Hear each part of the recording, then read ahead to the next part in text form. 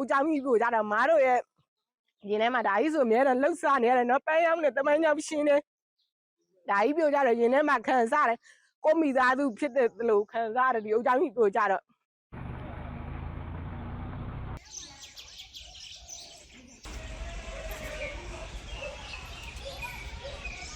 ဒီမင်းတို့အကြောင်းပြောတဲ့အတွက်ကိုညီမလေးတို့တကယ်ဝမ်းနည်းပါတယ်မှာ